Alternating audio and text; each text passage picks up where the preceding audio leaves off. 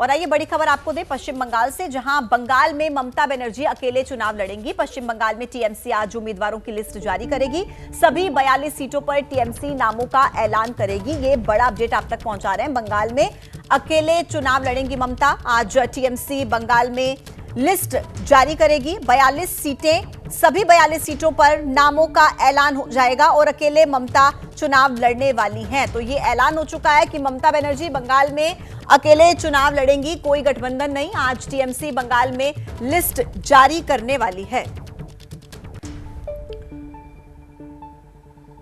और इसी खबर पर ज्यादा अपडेट के साथ हमारे साथ जैनेंद्र और मनोज्ञा दोनों जुड़ गए हैं। सबसे पहले जैनेंद्र, आपके पास आते हुए इस खबर को लेकर पूरा अपडेट दीजिए। सभी 42 सीटों पर क्या आज नामों का ऐलान हो जाएगा टीएमसी की तरफ से?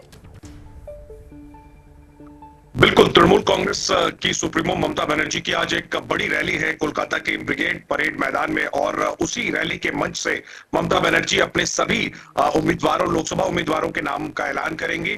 और टीएमसी के सोर्सेज से जो हमें पता चला है कि पश्चिम बंगाल की सभी 42 सीटों पर उम्मीदवारों का ऐलान तृणमूल कांग्रेस करने जा रही है, और आज ही ममता बनर्जी सभी 42 सीटों पर उम्मीदवारों के नाम का ऐलान कर देंगी। तो एक तरफ तो ये एक बड़ा अपडेट है कि तृणमूल कांग्रेस के सभी उम्मीदवारों का ऐलान आज ही हो जाएगा।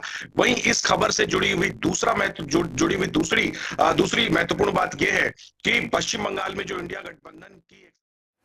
ठीक है जैनेंद्र, आवाज में थोड़ी दिक्कत आ रही है, आप उसको दुरुस्त कर लीजिए। मैं मनोज्ञा के पास जाती हूं तब तक। मनोज्ञा, पश्चिम बंगाल में अब कोई संशय नहीं, कोई गठबंधन नहीं होगा, ममता बनर्जी अकेले चुनाव लड़ने वाली हैं। क्या जानकारी आपके पास, विस्तार से बताएं मनोज्ञा।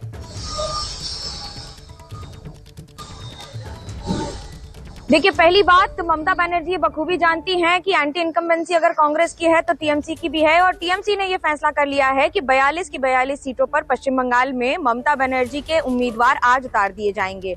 सभी के नाम आज अनाउंस हो जाएंगे, जो ममता बनर्जी अपनी सबसे बड़ी अभी तक की ब्रिगेड रैली में आज रविवार को मैदान से अनाउंस कर देंगी।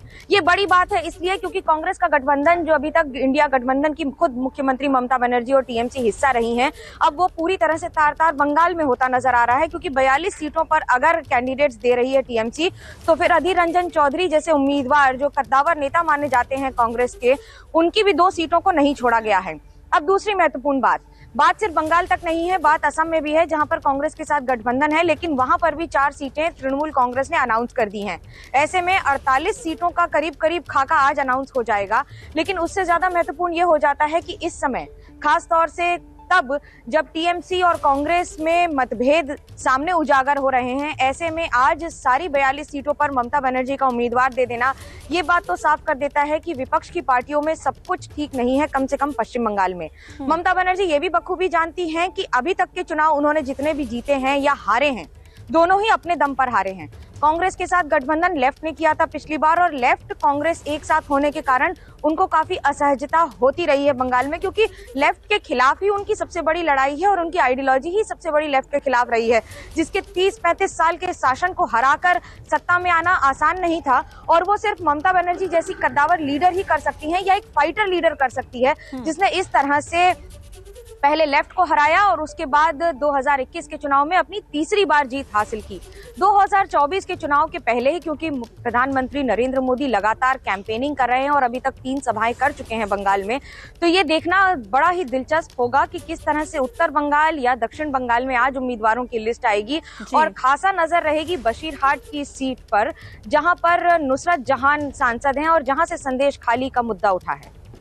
धन्यवाद आपका मनोज्ञा जानकारी देने के लिए। तो देखिए, बंगाल की सभी 42 की 42 सीटें और सभी पर टीएमसी आज कर देगी अपने उम्मीदवारों के नामों का ऐलान। एक छोटा सा ब्रेक।